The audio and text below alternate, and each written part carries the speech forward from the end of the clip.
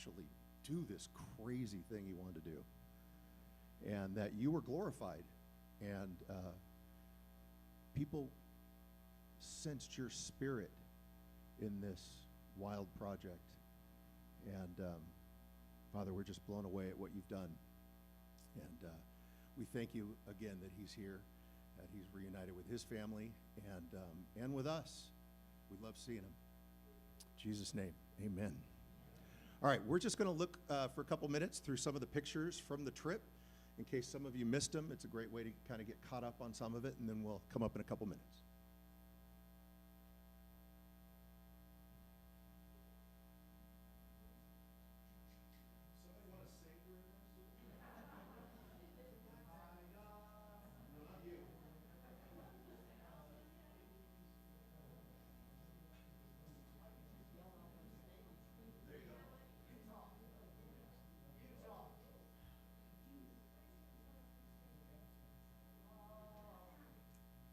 Utah.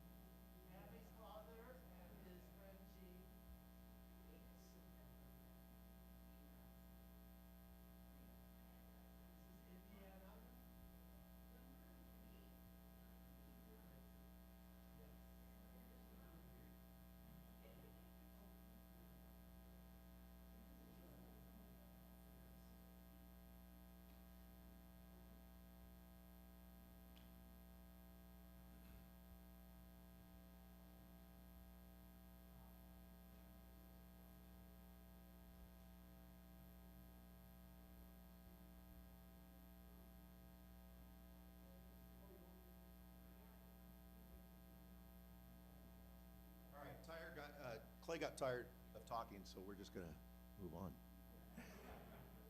Thanks, Abby, for putting those together. That was fun.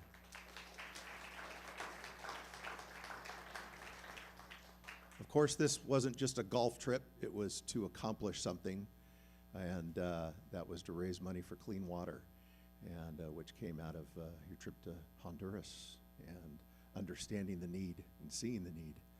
And so Clay set up 2 charities, Project Blue with the Covenant, that's the religious charity, and then Water First, which was the non-religious charity. And so people had a choice who they want to donate to.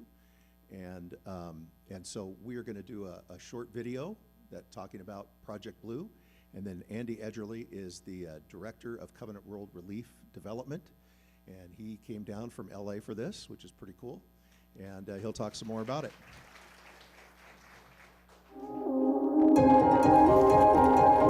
Water is one of God's most precious gifts. Sadly, hundreds of millions of people, nearly 1 in 10, don't have access to clean water. Something needs to change. This is why Covenant World Relief partners with several local organizations around the world to provide access to this precious resource. One of these partners is the Hindustani Covenant Church in India. In the past 50 years, the Hindustani Covenant Church has manufactured more than 125,000 hand pumps and has drilled 75,000 wells throughout India. In 1986, Oscar Carlson, a Swedish Covenant missionary, created the India Mark II hand pump, which many now call the Covenant pump. Today, the Mark II hand pump is the #1 selling deep well hand pump in the world. As a result, hundreds of millions of people around the globe now have access to clean water.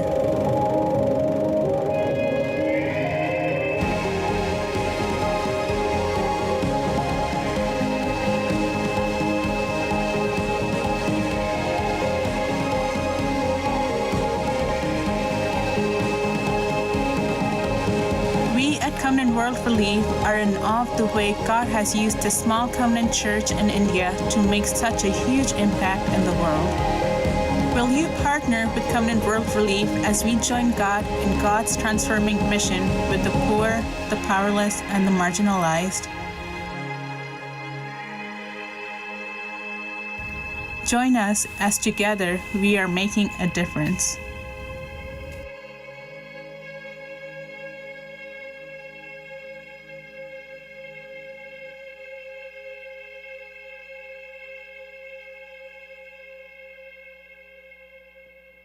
Hello. That's worth clapping for. That's, yeah, it's great stuff. So I heard about Clay Phillips when I first took on this role as Director of Covenant World Relief and Development about a year ago, and I heard about some guy who was talking about roaming the earth, playing golf in 50 states, and it just sounded like such a wild idea. And then I checked in with the previous director, a guy named Dave Hughesby, and saying, what do you know about this Clay Phillips guy? And he said, man, it's fantastic what Clay is doing. You've got to get on board with this. So we were able to connect Clay with a few of our churches. I don't know, they weren't that enthusiastic to get out there and play golf with you though, right? But trying to help get the word out. But really, it's Clay who's been getting the word out about the work that we do.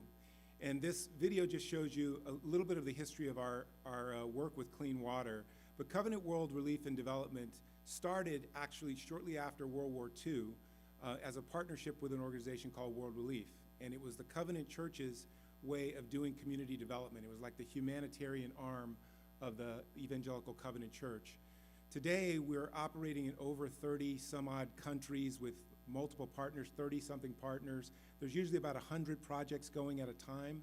Those projects range from anti-sex trafficking to agriculture, microfinances, financing, peacemaking in the Middle East between Muslim Christians and Jews, and oh yes, clean water. Everything begins with water. We take it for granted. You turn on the faucet, it's there. But there are thousands and thousands of people around the world who don't have access to clean water. And the average distance that a child has to walk to get water for their village is about 6 kilometers. On that 6-kilometer walk, those children are most vulnerable to human trafficking, to getting kidnapped on the road. Not to mention they can't go to school, and the water that's dirty that they're going to get brings diseases to the village when they come back. So when we're able to bring clean water into a village, it's the foundation of all the other good things we want to do. We're able to do agricultural projects and economic development. Kids are able to go to school. Preventable diseases can be eliminated because of that access to clean water and hygiene. And so it really is a wonderful way to show the love of God to people around the world. But it takes us getting engaged. And I got to tell you, Clay, it reminds me of the parable of the talents. You know, there was the one guy who only had one talent, and he's like, man, this is really risky. What if I lose this? And so he buries it in the ground, and when the master comes back, says, here you go, you know, here's what belongs to you. The other ones, you know, one guy had 2, one had 5, and they risked it, and they got a reward. And, you know, we don't know what abilities God's going to look at and say, you know, why'd you bury that? But I'm just thinking about the thought process that must have gone through your head, man, when you said, I like to play golf, I like maps, I like planning trips, you know, and you take that and you parlay that into thousands, tens of thousands of dollars going to provide clean water. I think on the covenant side, we're somewhere between 13,000 and 14,000 as of earlier today. So praise God. Well, I don't want to make a long speech. I really am here just to say thank you. I realize that if no one had given, Clay would have had a really, really interesting vacation. But to all of you who supported this dream that he had and provided funds, I want to thank you on behalf of Covenant World Relief and Development. Project Blue is our emphasis on clean water. And on behalf of all of those children and families around the world whose lives will be transformed because of the money that you've provided. And Clay, I also want to give you a little bit of word of thanks. I thought about, you know, what do you give a guy who does something like this? And my first thought was, you know, there's these lovely little water bags that say Project Blue on them, a little carabiner, you can carry it on your hip when you're playing golf. But, you know, I figure that's just not a big enough gift. So I'll give it to you anyway, but here you go. But if you could come up for a minute, Clay, I do have something else I'd like to give you. So this reads, Covenant World Relief and Development, Project Blue, 50 in 50 in 50 Golf Award presented to Clay Phillips in recognition of creative support for Project Blue, the Clean Water Initiative of Covenant World Relief and Development. So I'm happy on behalf of Covenant World Relief and Development, Clay, to present you with this award as the winner of the first annual 50 in 50 in 50 golf tournament.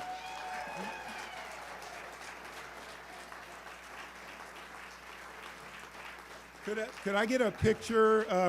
My phone's there on the chair. Like, could I get a picture with Clay with this? Yeah, this is the first and likely last. No other idiots will do this. So actually, either one of the. Let me see. Let's get. Yeah, wherever the lighting's good for us here. Oh, that's great. Yeah. Let's do it.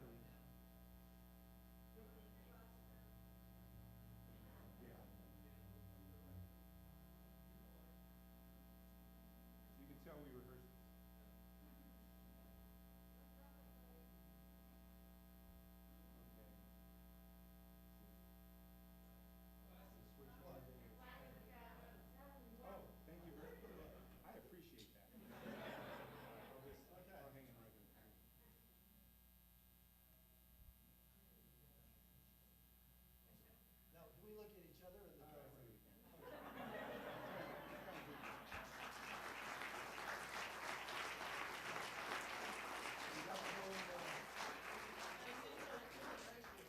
Congratulations, buddy. Thank you so much. That's your carrying case.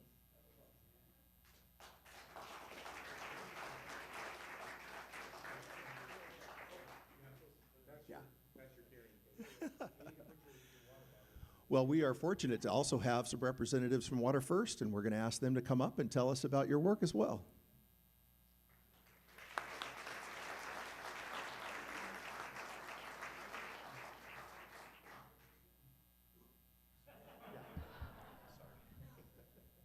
I might be a little bit shorter. Thank you so much for letting me come up and speak to you tonight. My name is Ava Sturgeon, and I'm one of the founding members, along with my husband, Jeff Stevenson, of Water First, and directed by Marla Smith-Nilsson. And we're based in Seattle. Water First has been working for several decades now on projects primarily in Honduras, Ethiopia, and Bangladesh. We've also worked in India and in Mozambique.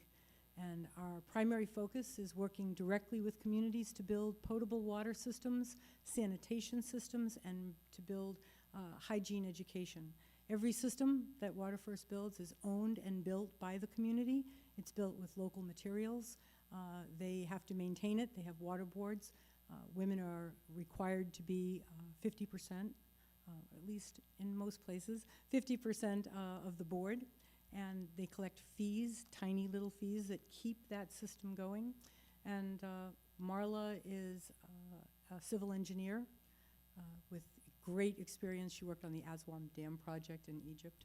And the connection to Covenant has been really interesting because her husband's family have all been members of Covenant for many, many years, attended school on the Covenant. So this has been an amazing thing for me because I live in San Diego, but I moved here 14 years ago to meet all of you here tonight and to be welcomed with such open arms into a community of people who care this much about clean water because, as Adam said, it is the beginning. It is the foundation for everything in life.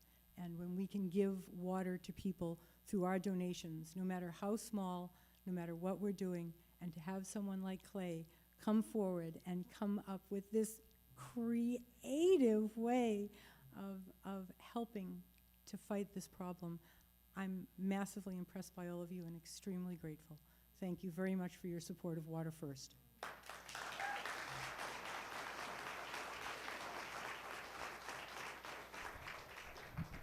Avis, the reason we care about clean water is because he cares about clean water. And he got us pumped up about it, and we learned about it, and tried to put ourselves in those shoes of walking about 4 miles a day, 8 round trip, just to get water, you know, just hit you. Mr. Phillips, can you please come up?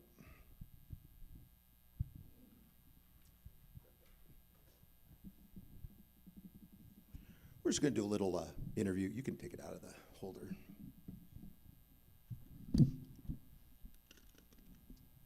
So, first of all,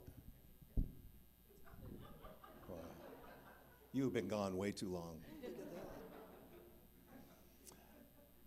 How many miles? 7,000 air miles and 10,960 road miles, at least 85% of that on 2-lane backcountry roads. That worked out, didn't it? Doing the back roads. Oh, yeah. Oh, yeah. I went back on my calendar, and we met May 18th of 2018 to talk about this. Yeah, and I remember you saying this. I want to do all back roads. And you kept talking about it during it was like, it worked. Oh, it worked. I mean, I still had moments where I had intimate connection with the dots in the middle center line as I was falling asleep, but I'm convinced that I didn't fall asleep as much as I would have on freeways. Yeah, a lot of beauty to take in. Yeah. That was cool, taking us along that. That was nice. What did it feel like to be a wanted man for a little while in your hometown? In Chicago, the home of the mob. Oh, yeah. Yeah, that was so funny. I went to my, when you're away from where you lived your first 15 years, for so many years, you want to go back and check it out. And I've checked it out maybe 2 times before in my adult years. And so I went back, found 9116 South Sacramento, Evergreen Park, Illinois, and And I remember the town looked nicer than when I was there. It was 6:30 in the morning, however, and all of a sudden a woman opened her bedroom window facing the street next door to 9116 and said, "Can I help you?" And I said, "No, I just used to live here." "Well, you probably should leave because people have already been calling the police." Okay, Such a nefarious looking character. I guess I am, yeah. That's pretty awesome. And so he did, smartly, he got in his car. And then stupidly, he came back. Yeah, And then the cops caught him at that point. So, because he just missed that shot down the street that you saw up there, the beautiful tree-lined street. And so then the cops caught him. So he was good though. He got off scot-free. Yeah. So take us back. Just go back to that original seed. Was it in Honduras that you started to think about this? No, Because you said others have done something like this. yes, but not for nearly as good a cause, and Right. they aren't nearly as old as I am. But no, this started 20 years ago when I was in an airport and I first saw a panel on a wall that talked about how many millions of people don't have easy access to clean water. And that stuck with me. Not that I ever did anything about it, but it stuck with me. But then it all came together thanks to Dick Paff. Dick was on a trip with us to Nepal, and he told us about his longtime relationship with a school in Guatemala. And Dick, I'm sorry if I don't get this quite right, but it's my patter right now, and so I'm sticking with it. And so Dick worked with students down there. Dick is a brilliant, masterful basketball player, and he would have basketball camps, but it would drive him crazy because, doggone it, it rains a lot in Guatemala. And so he and his buddies decided to raise enough money to build a sports pavilion by shooting a basket in all 48 contiguous United States in record Guinness Book time of 8 days. Not that anyone was counting. And so he told us that story, and it clicked with me because I love maps, I love road trips, I love planning things, as many of you know. And I don't love basketball, and I don't have a school. We know why. Yeah, and I don't have a school in Honduras that I'm associated with. But that whole interest and concern about water raised up again, and it was a marriage of that passion for water, planning trips, and golf that all came together into 50 states in 50 days and 50 rounds of golf. Awesome. Who was the strangest character you met? Well, is this being recorded? And you can't say Kevin, obviously, because he's here. Well, I just don't want to hurt anybody's feelings. I've tried to be very sensitive, which doesn't really fit well with me usually. But I've tried to be sensitive in all my daily updates. So I'm a little concerned about answering that question, but I will. I had 3 people over the course of the trip that connected with me through the Union Tribune article. So cool. But they got the article and they lived in, or they had a second home in other places, or somebody sent them the article. And the first one in Kansas was a terrible golfer. But he wanted to play with me, which kind of slowed me down. Yeah. And he didn't really want to talk about anything, but he wanted to be part of this. And so I've really tried to be, from day one, Lydia can testify, I've tried to be attentive to whatever God had in store for this goofy thing. Even if it was this guy who was a terrible golfer and was holding me up and didn't want to talk about really anything. So that was strange, but by the end of the 18 holes, we were actually having a good time. Because some of you may remember this post, he couldn't hit off the tee at all. And so I loaned him my 3-wood. And right. Yeah, and what happened? Now I forget. He nailed it. No, it wasn't just that I know what it was. His phone went off, in the middle of his swing, and he was so focused, he bombed the ball. And then I told him, I said, you know, he was very stoic. You know, I worked hard to loosen him up. I said, you know, Bill, whatever his name was, I said, Bill, this could be your niche. You know, you hit the ball awesome with that phone. You could write the next golf instruction book. And he kind of smiled. The next time he was at the tee, he turned his alarm on about a minute before he was to hit. So his alarm is going off as he's setting up his tee shot, and he bombed the ball. And we both laughed. So, yeah, now we're best friends. Wow. So. Nice. Can I tell you who I thought the strangest character was? Yeah, sure, because right now I'm not firing on Yeah, all no, cylinders. right, yeah. I am tired, Oh, and come I on. want to go home. Get over it. So, Jeez. yeah, what did I Forest miss? City. He had Yeah. really bad experience in Arkansas at Forest City. Don't go there, ever.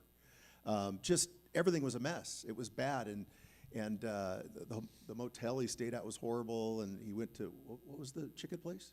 Was it No, chicken? it was, One of the southern places. what's the place you pull in and stall? Oh, yeah, Rally. No, Sonic. not Rally's. It was Sorry. Sonic, and half an Sonic, hour right, to yeah, get yeah. a cheeseburger. Yep. And the guy just Yeah. bombed Yeah. out, and it was so 30 minutes for fast food. Yeah, yeah. But the next morning he wakes up, he goes, good, I'm on my way out of town. McDonald's, come on, you can rely on any McDonald's anywhere. And the cool part is he met the McDonald's theologian because he pulled in the drive-through, he orders at the first window, and he sees two windows, and the third one says pickup, so he drives there. And then he realizes the guy behind him is picking up at the second window. So he gets out, goes back to the second window, and the gal has now left to go to the third window. And so she leans out, says, here's your stuff. And she goes, you know, you went to the wrong window. And he goes, he's pointing at the sign, pickup. Her answer, it ain't right here. And I really felt like she was talking metaphysically No, about no. the entire city No. of Forest City. Hebrews 13. This world is not our home. We are looking forward to our everlasting home in heaven. She was the theologian. It ain't right here. It ain't right. I see ahead to heaven where I can get out of Forest City. Yep. That was awesome. Yeah. So who was the most interesting ride-along? Again, you don't have to say Kevin since he's here. The second most. How's that? You. Woo! My favorite ride along Yeah. besides Besides Kevin. your brother, too. That's a little too obvious. My brother, yeah. Well, I had Rex, stand and pirouette,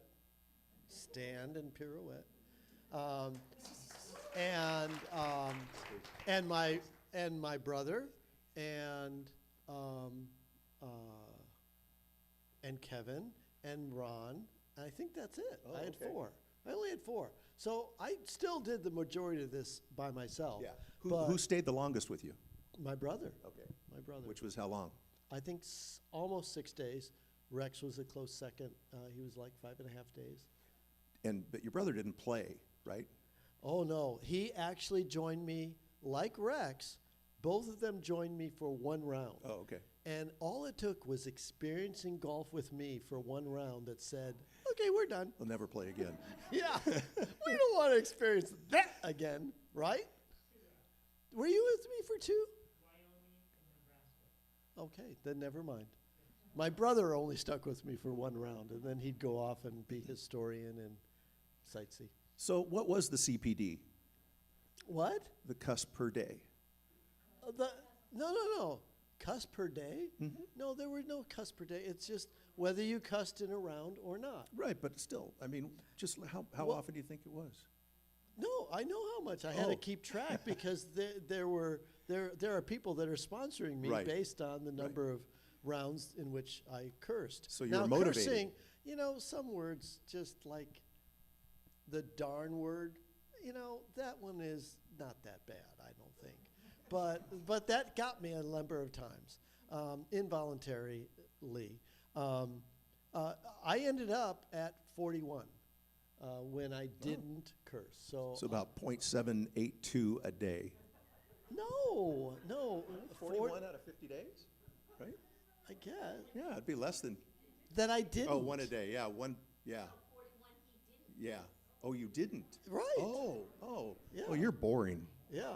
Jeez. Well, I wanted to raise money, so it helped in my behavior. So I noticed from the trip, and it is funny because, I mean, I remember when we first met, it was all about the golf. It really was all, I mean, you talked about the charities and stuff, but your head was just in the golf because you're going to have to find the courses and figure the routes and all that. I'm sure if you read through his posts for the 50 days, you saw that golf became less and less a part of those posts. And probably because he wasn't doing it well. But yeah, so that wasn't a surprise, I don't think, with anybody. I mean, you know, this is a big deal. It's going to be a lot more than golf, even though that was, what, 4 or 5 hours a day, you know. So tell us what did surprise you about our country. I was surprised, pleasantly surprised, at how many nice people are there. In spite of how seemingly polarized we are, I am very confident that I had very delightful experiences with golfers that are of a very opposite persuasion politically from me. And that shouldn't be so surprising because golf is a very bonding experience. I think that golfers get along with each other because we have this shared painful battle. And really it's true. You start out playing with some stranger, and really by the 12th hole, you feel like you're in the trenches with your buddy, and we're going to see this through, aren't we? Yes, I'm with you, brother. Leave no man behind. Yeah. So I was surprised by that and delighted by that. Always surprised by the amazing beauty of this country and the diverse beauty of this country. I know some people, and Ron, who traveled with me, was one. He travels, he's well off, he and his wife travel all over Europe, and yet he had never been to the places where he and I traveled in New Mexico, and he was astounded at Taos, and so yeah, those were two surprises that come to mind. And as the preeminent planner, you know that you can plan, but things don't always work out. Mm-hmm. So what was your big surprise about the trip that you had no idea was going to happen? Or did it just happen perfectly? It was pretty darn good.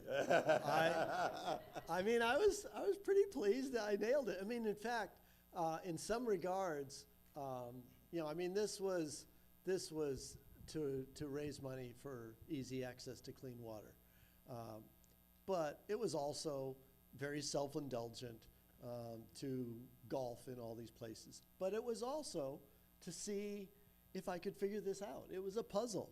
And to test my puzzle. I mean, I worked on so many iterations of that route map, and to see if this was going to work, and it worked pretty darn well.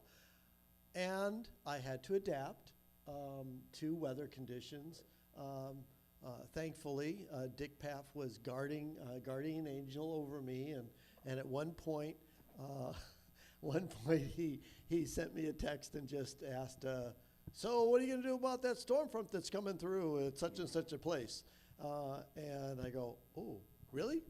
So I checked, you know, weather under the weather site that I go to, and what was really funny is he related to me that Nancy said, well, I thought he was such a good planner. Why wouldn't he have known that already? And she was right. So I kind of messed up on that one, but I adapted. I played 2 rounds earlier than I thought I would, and I've been also very fortunate. And maybe it was a divine intervention, but I dodged a lot of bullets. I dodged a lot of hurricane things that came through, a lot of bad storms. Some storms I didn't dodge, but I happened to be driving, and that was good. The bugs. You should look at the front of my car. It's like the history of America through bugs. Bug cemetery. Yeah. Yeah. Yeah. Wow. So, what was the hardest thing that you had to encounter? And don't say losing your pillow, please. Losing my pillow, I've decided, was a reflection of the pain of not being with my family and home. So that was a valid thing to be upset over. I didn't understand just how attached I was to that pillow until I left it. And the moment I left it, I called Lydia and I said, Lydia, I lost my pillow. I was a wreck. And I do like my pillow, but I had no idea that it symbolized so much. This was home. This was the flamingo pillowcase that my wife had made me. This may be the last thing I ever know of Lydia. All those kind of things. But fortunately, my good friend and hero of the trip, Sarah, drove 45 minutes one way to rescue my pillow, and then she sent it to me. And yeah, it was glorious. I can imagine walking into the UPS store. Yeah. I need to ship this. Yeah. But that was hard. The other really, really hard thing was having no gap time. I had this image. Some of you may remember I created the top 50 Star Trek Next Generation shows to watch. I watched 6 in the whole time because every minute I was doing something. I had the whole unpack the car, get in the motel, do this, set up the air filter, get over here, unpack the rest, go in his time, okay, do my physio, okay, let's type something out, send it to Abby, okay, let's do this, oh, okay, and now we're gonna go to bed now, get up here, departure here, and I would do that every single day, was completely full. I don't know what I'm going to be like over the next week or so when I have actual discretion time, like a retired person is supposed to have. Doggone it. So don't be surprised if he gets up tomorrow morning and starts loading the car. I might. Just habit. Somebody's got to do it. What? Yeah, I will. It is in the house. I haven't turned it on yet, though. So, what was a high point? What do you think? Not today. Okay, well, I'll probably get choked up about this, but it's kind of a broad high point, and it really is. It's really so many of you in this room. I really did think, you've heard me say this before, but I really did think this was, raising up to higher ground a self-indulgent golfing trip by making it about easy access to clean water. And it was that. And it was self-indulgent. And it was about raising a lot of money for a great cause. And yet, the relational aspect of this thing was so delightfully unnerving. Both before, as I'm gearing up for it, the connection with people and the planning of it, the people that I haven't seen in so long, in some cases relationships that were somewhat strained for a decade, and the strangers that I met along the way. I mean, Kevin and I met this other Union Tribune connection in Utah, and we were just gushing for days afterwards about how much we enjoyed Jim, and not just because he had the perfect golf swing, but because he was just a kind, warm, generous person, and we want to stay connected to Jim. And so I think that's overall one of my favorite is reconnecting and connecting anew with so many people and sensing unbelievable support from my friends and my friends that happen to also go to my church. I just want to tell them, okay, enough's enough. I know you're behind me, but I'm just playing golf and I feel a little guilty that you're so behind me.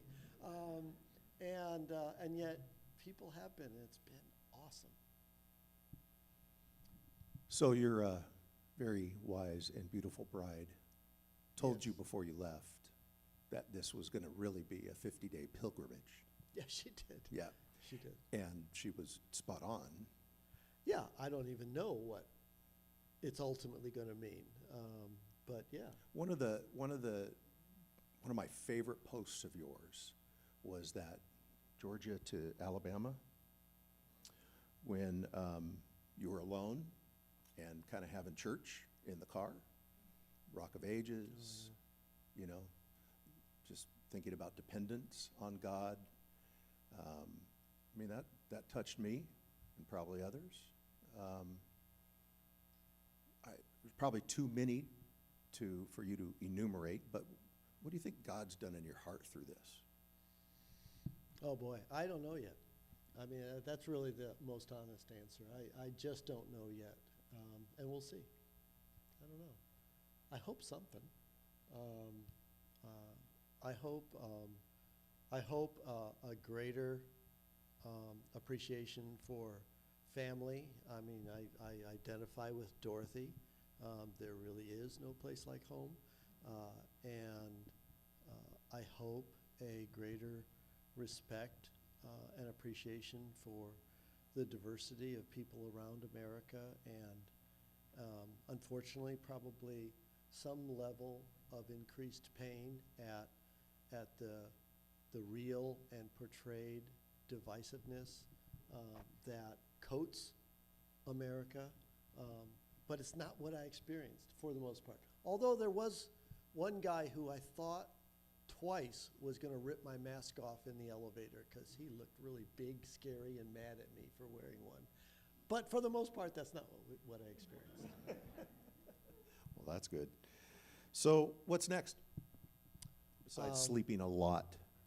I don't know. I think I'm just going to paint the bedroom. That's what I'm gonna do. Honey-do. I'm gonna do what Lydia tells me to do. Good move. Yeah. At least you didn't forget that truth. That's right. So let's take a couple questions. What are questions you guys have? Lisa? I raised, well, not I, you guys all combined. Right now, well, let me back up. I'll build a little drama, bury the lead.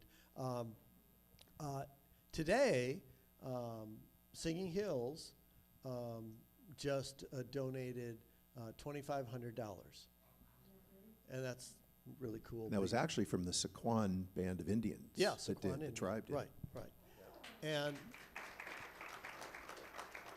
And with that gift, and if everybody ponies up what they pledged, now most people just donated straight out, but a lot of people pledged, as you might recall, based on different things like the number of rounds that I did not curse in, the number of rounds where I had severe chafing, the number of birdies, the number of pars, things like that. And if all those people pony up, then we're really, really close with the Sequan gift to the very appropriate number, combining both Project Blue and Water First to $50,000.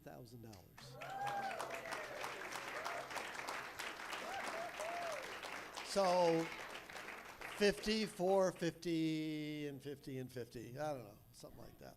God is good. Yeah, very good. Anybody else? Yeah. Great question. I'll tell you the ones that come to mind first.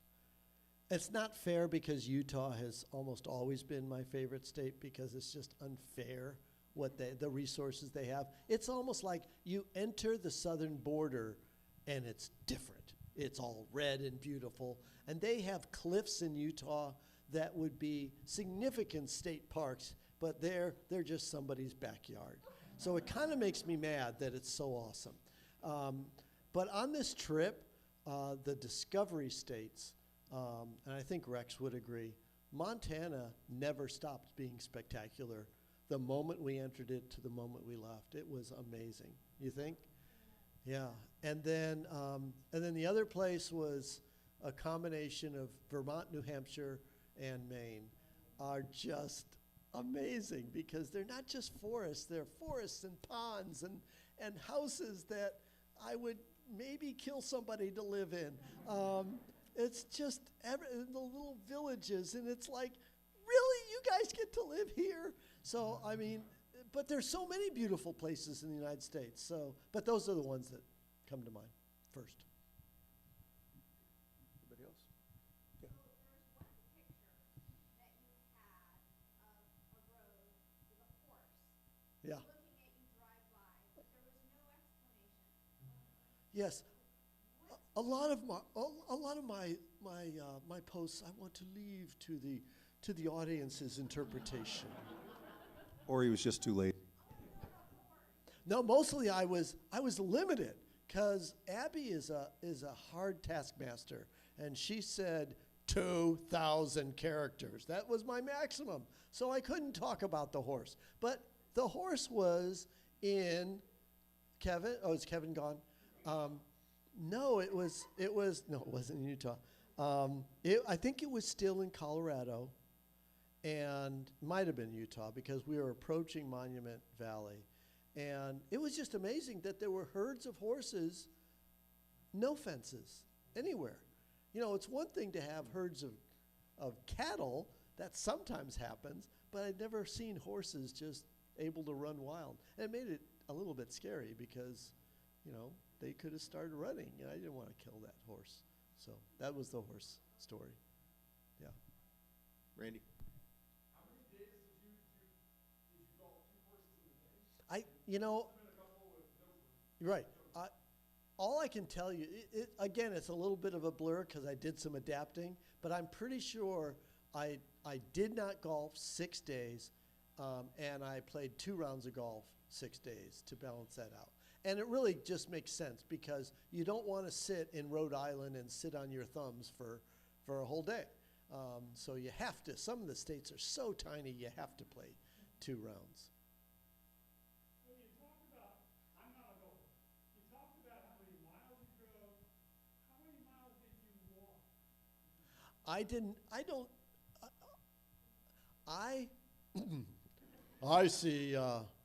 I see the same sports physical therapist as Xander Schauffele.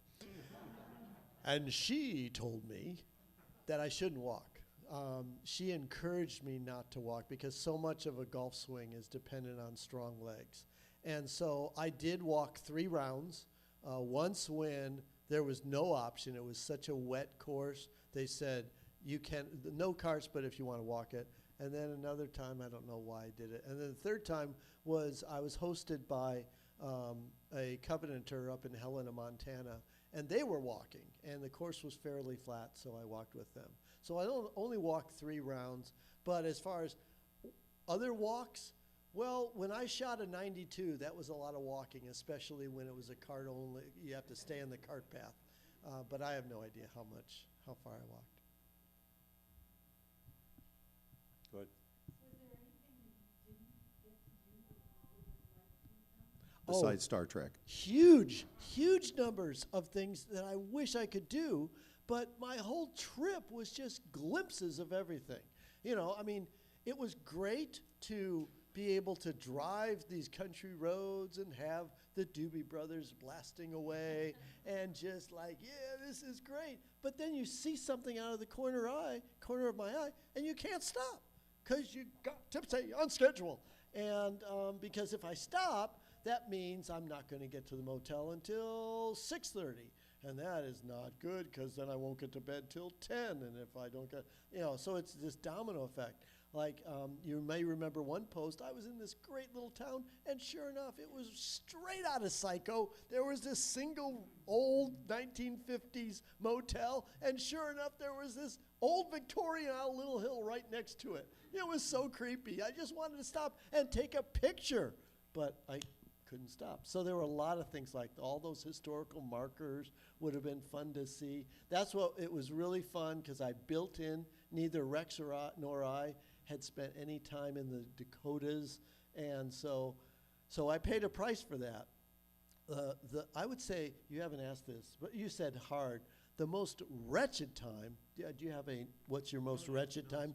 The most wretched time was payment for Rex and I getting to go see Devil's Tower and getting to go to Mount Rushmore for the first time, getting to go see the Battle of Little Bighorn.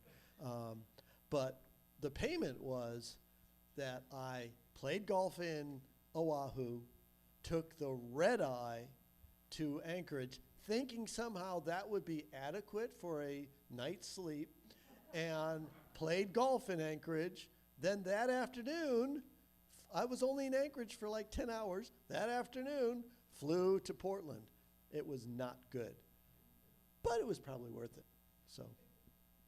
Any best meal? Any great meal?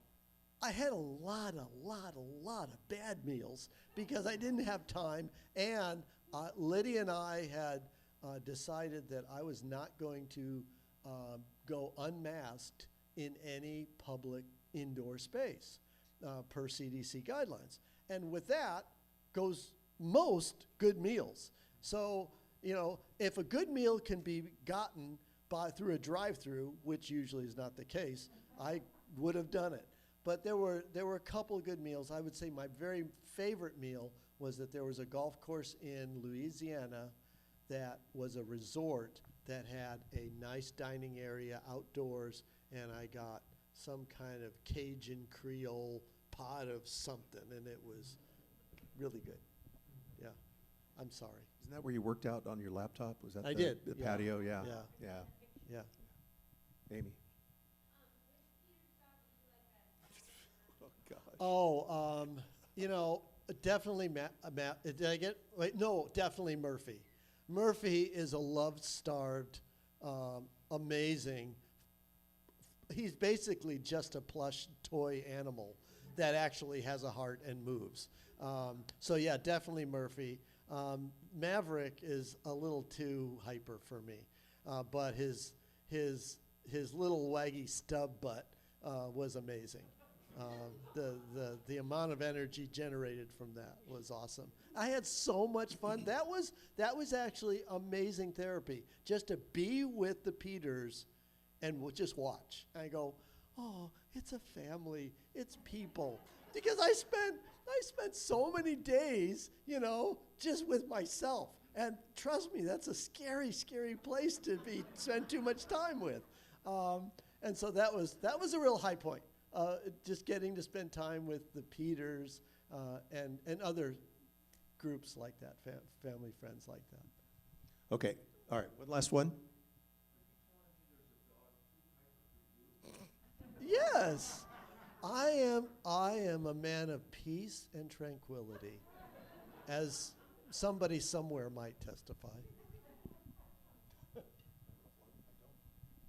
Can you come up here for a second? Just give us a short summary of what it was like to be on this end of this trip. Come on. Tell the truth. No, I want you to lie. Oh, gosh. Oh, being on this end, I mean, two things that I had him do that would cause me not to worry about him was that every night when he got to his hotel room, he had to call me, and we talked every night. And then we paid to put StarGuard on his car so that I knew every time his car moved, so I would know where he was at. And it was pretty cool getting the emails, StarGuard alert, the vehicle that you have under theft fence has moved in this time period. It moved from 7:45 this avenue at this time. So it was really fun to see where he was at and being able to keep track of him and make sure he was on target. But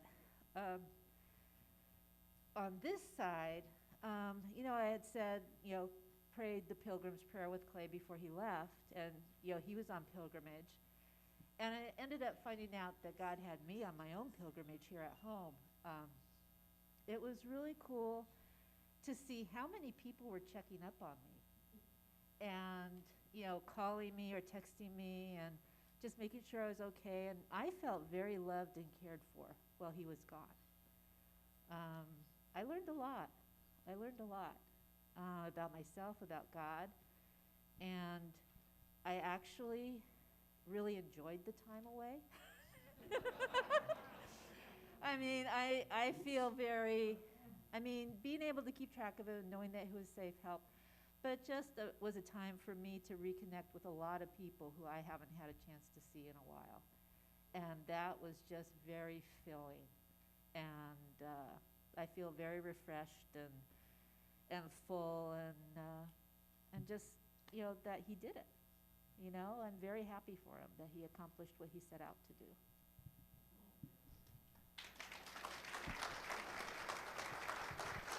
Sounds like she was giving you permission to play golf every day. Just like, go away. Yeah, well, yeah. When I retired, and some of you probably experienced this too, it's a typical transition to actually have that other person in the home, more. So she encourages me to golf. So I'm fully prepared to be locked up in my office for a while. Didn't you have some pledges and stuff that required you to send people things that you made, or was there anything like that? I thought that was like the Young Well, we Life have Golf Marathon. We have a contest that I'll shortly be revealing the winners of. Okay. Like, guessing number of strokes and things like that. Oh, okay, cool. All right, we'll look for that. All right, so I'm going to leave it to you now to do your acknowledgments, and then Brian will come up and close. Yeah. Okay, so somewhere I have a sheet of paper. Did I leave it at the seat there, Lydia? Yeah, that's it. Yeah, thank you. So I wrote this out. I'm usually a little more impromptu on this, but like I said, I've been getting up real early. So I left home August 17, 57 days ago. Since then, I've traveled the number of miles that I told you already. I've stayed in 1 vacation rental by owner, 5 friends' homes, and 45 different motels. If later you want to talk about my evaluation of what are the good ones and bad ones, I can do that. I played 51 rounds of golf because I actually played a round of golf on my way up to Portland to stage my car there. The key stats are, oh shoot, I don't have my glasses. I can't read this. I made 54 birdies. I did not curse on 41 of the rounds, and crap is okay. I did play golf one time. Aaron, if Aaron Lawson's not here, but would somebody pass on to Aaron Lawson that he owes $2 because I did play 1 round of golf with severe chafing. That's more information than you need to know. I lost, looks like 84 golf balls, and the total number of strokes was, oh shoot, I didn't total today. I don't know, it was over 4,000, over 4,100. So I played 900 holes of golf, and which is really amazing to me. And somewhere together we've raised almost $50,000. And to give you an order of magnitude, I think those wells cost $20,000. Is that about right? So you put in 1 well, you change an entire community. But there's also, there's so many different ways that easy access to clean water is activated. In Water First in Honduras, it's all about, at least where I was, it's all about capturing springs. And there's so many delightful stories about my very brief time there. But to Avis's testimony about Water First making it something that's real ownership to the recipients, they don't let you be a recipient of the project unless you're part of installing it. And so I asked, well, what does that mean? So you capture a spring and you pipe it to a tank. Yes. And how far away was this spring box that you built? Oh, 70 kilometers. I said, pardon me? 70 kilometers. So these recipients actually participated in building and laying pipe for 70 kilometers from this spring box to their community and their water. So anyhow, so there are a lot of ways that this money is going to be used. You may want to know, well, how specifically is going to be used? I don't know, but I trust the two agencies, and I want them to make those decisions because they know better than I would. And so, but I'm sure I'll find out and I'll let you know. What was really cool about this fundraising is that it's not the result of some big corporate entity sloughing off some easy 10 grand or 20 grand. It's really the result of 169 donors giving anywhere from $10 to much over $1,000, and it's going to change the lives of entire communities. And I've seen that. I've honestly seen it firsthand, and it's amazing. And as Adam said, it truly is the foundation of everything. And that was really one of my biggest takeaways when I went to Honduras, is that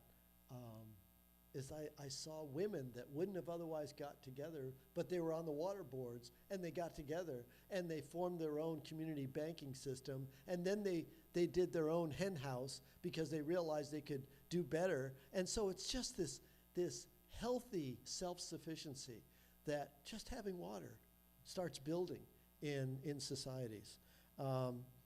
So I really see this tonight as a big ending thank you. I'm kind of embarrassed about you guys saying congratulations, Clay, you did it, way to go, because it really was just me driving, which I like to do, and me golfing, which I used to like to do, and I paid for it, and I would have paid for it. So what's really this is about is my opportunity to say thank you to all of you, because you made it possible for me to raise this up and actually have much deeper meaning than it otherwise would have had. There are other people that have done this 50-state thing, but in the cases that I know of, they're doing GoFundMes to help them pay for this self-indulgent thing. In this case, you're raising this up into something much, much bigger. So thank you for doing that. And thank you for your encouragement. I think most of the people in this room at some point said something when I was in my lowest point, of which there were many, and just helped me to keep trudging along with this thing that I was committed to. But I want to call out 3 encouragers in particular. Katie, Barbara, and Rex and Shelley, because they're one, so that's 3. Katie Williams, I would arrive, wouldn't even know when I would get a message from the mysterious Katie, but some golf pro would hand me this folder that says, "You're Clay? Here, this came for you." I mean, I would never know, but Katie sent me these notes all along the way, and where are you, Katie? Katie, you're awesome. It was great encouragement. Thank you. And Barbara isn't here. You don't know Barbara, but Barbara and I worked together like 25 years ago in state parks. And during this thing, when I was away, even I'd already left. She's in a Spanish class with Lydia. They don't know. She doesn't know Lydia's married to me. And then I think you started telling them, "Well, my husband's doing this," or something. Yeah, she said Clay Phillips, and she says, "I know Clay Phillips." Well, from that day forward, Barbara would write me these long emails that always ended in a haiku that reflected my post. And maybe I'll send some of those out. I mean, it was just so adorable. And she was, oh, way sweetheart. And Rex and Shelley are my eternal long-term friends from when I had hair, and Rex had hair. And I cannot tell you how many times their calls, Rex would call me while I'm driving, and sometimes I would say, no, not now, I've got to make this interchange. But usually we would be able to have long talks and long calls, and so thank you, Rex and Shelley. Let me see. I want to specifically thank my support team. I had a support team, starting with my social media empress, Abby, who's... And it was awesome. I mean, it didn't matter what horrible thing is happening or challenging thing happening in her life. She knew, and I knew, that there was a post coming down the line, and she had to turn it into whatever you do with social media, which I'm gladly ignorant of, but she's not. So thank you, Abby. And the rest of my team, the team that put this together, thank you. John, I understand it's John, Janet, Marilee, and Rowena. Thank you for doing that. And if I missed somebody, it's through ignorance. Mike did an awesome thing, unrequested. He reached out to local media, and boom, we got that UT article and the local news stations, all because he took the initiative. So thank you, my media relations consultant. And then my drivers along the way. They were at key times of really tiring locations. Rex for 5 days, my brother for 6 days, Ron for 3 days, and Kevin for the last 4 days. And Kevin's time was great because Randy was almost in the car with us. We exchanged so many text messages, and we knew we could just see him laughing at the two of us belittling each other like a really unhealthy marriage. But we had a great time. And Kevin, if you've ever driven with Kevin, it's like Star Trek transporter is real. If you want to go from the Nevada County line and get home fast, you basically look down and then you're in La Mesa. It just happens. I had hosts all along the way. I had Rex and Shelley hosted me. I had our mutual friends, the Pembertons, host me. I had people in Chicago and in Ohio and in Maine. Maine gets a particular shout out because Sarah saved my precious pillow. And the Peters and others. Golf Companions really kept up my spirits too. Both people that I knew along the way and then total strangers that really got into this. And so that was fun. And I wrote letters to over 60 corporations, thinking that Audi would want to highlight and give $100,000 to make commercials about how much you can cram into their little sports car and still go really, really fast. But they didn't, the creeps. But I did get sponsorship from Sequan Casino and Encore golf balls made in Buffalo, New York. And they were terrific too. They hosted one of my matches there. At which, I got to tell you this. I was at the Encore event. I'm sitting after the round with this guy, and we're just chatting. And I look down, and he has this ring that looks like it could just easily break a toilet seat. It's just huge. And I say, William, what's with that ring? And he said, oh, well, this is a compilation of 3 rings. It represents the 3 NASCAR races that I've won. And I go, really? And William is like the Jackie Robinson of NASCAR. He's the first African-American to win a NASCAR race. And I'm sitting next to him just kind of chatting after golf. And that was very cool. Although he does have a button. He had a very serious button when I told him about pledges. And I think it's kind of funny that people are pledging money. And William said, well, that's not right. That is not right.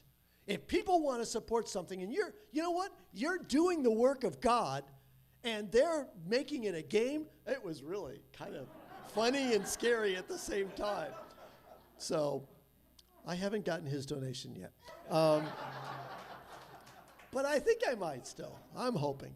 And the last person I want to acknowledge is Dick and Nancy, Dick and Nancy Paff. His whole fundraising effort inspired this, and he was encouraging all along the way, checking up on me. And actually, I kind of knew that if I ever lost all of my paperwork, all I really had to do was call Dick, and he'd tell me what I'm supposed to do next. Because he was following me all the time. True, Nancy? Absolutely true. And he left little presents. Unfortunately, it was this breakfast bar that I really liked for a while. Now I've got more and more boxes of the breakfast bars because he kept leaving them places for me. But Dick, thank you for being the biggest supporter and fan and believer in this. It really helps. So those are all my acknowledgments and thank yous, and I think we should close it out.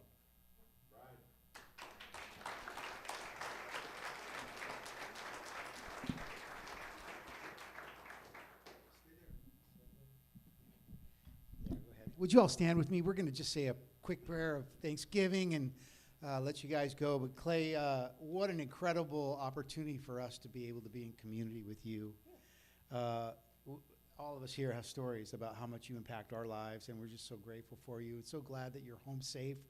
And we're going to pray God's blessing continues all of this effort through the next months and for years to come. So let's pray and give God thanks. Father, we are so grateful for the love that you shared towards us, for the grace that we have received, and the grace that's so evident in Clay's life.